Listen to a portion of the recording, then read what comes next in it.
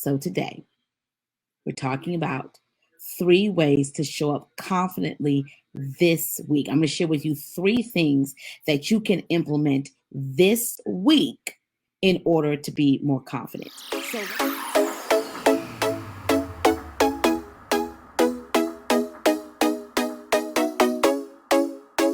So let's go ahead and lay the foundation, our framework for our discussion today. So according to Tony Robbins, who is a personal development guru, speaker, etc., he says confidence is not just something you have, it's something you create.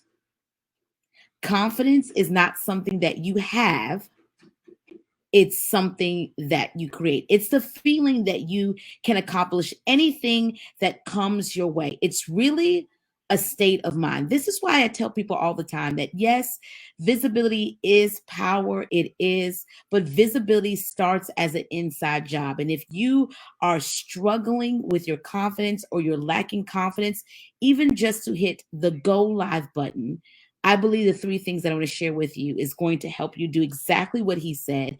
Create the confidence you need to finally hit the go live button.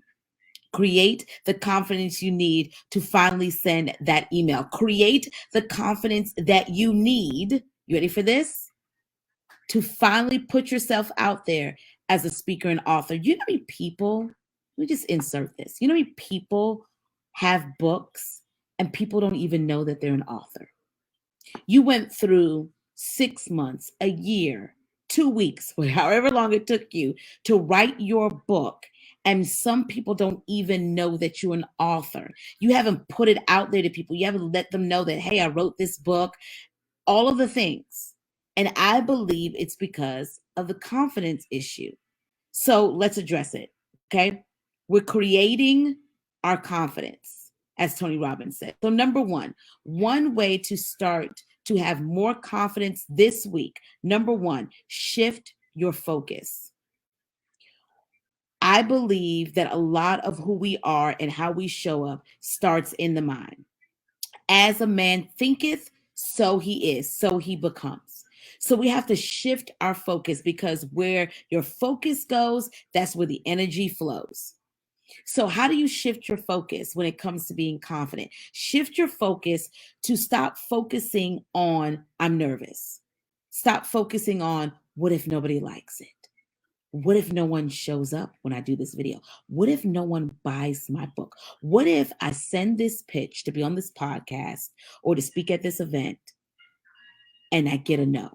Shift your focus and your energy to the limiting beliefs and really start to strengthen your beliefs that, what if this does work? What if they do say yes?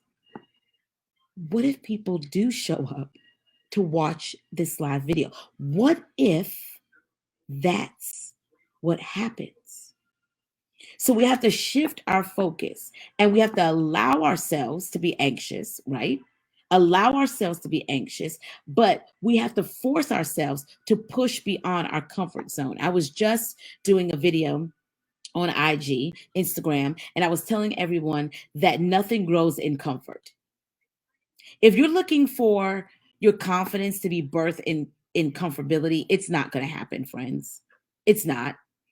Do you realize that when you plant a seed in the garden, in the ground, that it has to break out of its shell in order to take root? You're welcome. If you are a woman who carries a baby and you're about to give birth, your body does some pretty awesome things. But one of the things it does is it stretches as this baby you're carrying grows.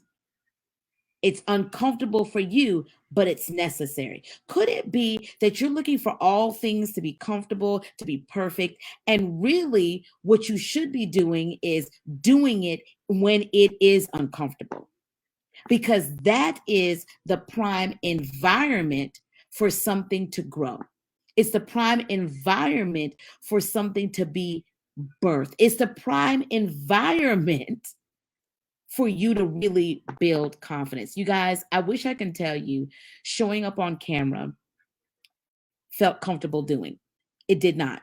It did not feel comfortable looking at myself here on the screen and for a while talking to myself or talking to one person and that one person leaves for whatever reason and it's now down to zero. That wasn't comfortable doing. But the more I built my confidence muscle, right? The more I showed up confidently on camera and the more people stuck around. So we have to shift our focus. We have to visualize the yes. We have to visualize you doing well, you crushing it on live video. We have to visualize the good and not giving so much place to it being bad. Number one, if you want to shift your confidence, and when I say shift your confidence, meaning if you really want to tap into growing your confidence this week, you have to shift your focus. Number two, you have to start small. Start small. It's almost like building your faith. I've told people several times that when it comes to building your faith, you can't believe for God to heal you of cancer if you have not first learned how to master believing God to heal you of a headache. Many stories I've heard of people just today. A dear friend of mine shared how her father was healed from cancer twice. But I would dare say that they had to exercise their faith muscle in believing for the small thing. It's the same when it comes to your confidence. You have to start with the small things. What are the small things that you can do that will help to boost your confidence? Because you do realize confidence is a muscle. It is not something you just put on once and, oh, I'm confident now, I can do it. No, because as you continue to grow, as you continue to scale, as you continue to elevate, your confidence is going to continue to go to next levels. And in order to understand where you're going there, you have to start in the small things. Do things that will stretch you, but are realistic for you. Do things that will stretch you. What is it that you can do that will stretch you to build your confidence? You know, for me, it was starting to do recorded videos as I got more comfortable in front of the camera. I don't know what it's like for you. I don't know what that small thing is for you. Small thing for me is practicing talking to myself in the mirror, that now when I had an opportunity to do a TV commercial, I was already prepared for that big thing because I exercised my confidence in the small things. Does this mean that you're not going to get nervous? Does this mean you're not going to get that butterflies in your stomach feeling? No, that's not what this means. It just means you're able to better manage it because you started in the small things, which led to the big things. You want to grow your confidence this week? Start small. So many of us want to take on these big things. And I just reminded somebody this of the other day. You've probably heard it. How do you eat an elephant? One bite at a time. Too many of you are trying to take on the world and all of the things all at once, and that crushes your confidence. Instead of saying, wait a second, I'm going to take a step back and I'm going to start with small things that yield to big gains. You want to have more confidence this week? Start small. And number three, the final thing, take messy action. Take messy action. It's going to be a mess. I don't know why people want it to be perfect before you get started. I've been there. I want it to be good. Well, on the way to good, it's going to have to be messy. It's going to be bad. It is. Embrace it. It's going to be a hot mess express. If you go and look at my beginning videos, they were terrible. I'm going to go ahead and tell you that. So you don't have to come and tell me that or send me an email.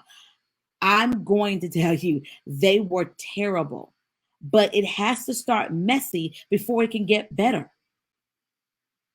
I don't know anybody who does something and it's good off the bat, because if it's good off the bat, then we have a good stuff.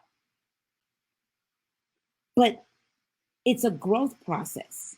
If you guys look at how I did video 2 years ago, or even a year ago. It's changed. Why? Because I'm continuing to grow. The message is continuing to grow. All of these things are happening to me. And so that means my presentation style and all these things are growing.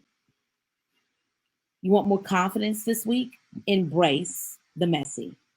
Embrace that it is not going to be good. You may fail. One of the things that I tell my kids all the time is that, you know what?